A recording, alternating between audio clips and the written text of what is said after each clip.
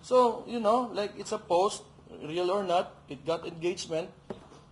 Now, it reflects the sentiment of the people. You call out mo ni Yusek Castro for sharing AI also, kamo ni Senator Bato. Di ba ko kabalo, unya karon. Tama mo to giingon ni Bato. Regardless kung AI to or dili, na nag-reflect man ang sentiment sa mga tao ato. So that's why naay engagement. O ba na nila nakunaan? Akala ko ba matalino itong si Franz? Ano? Claire Castro.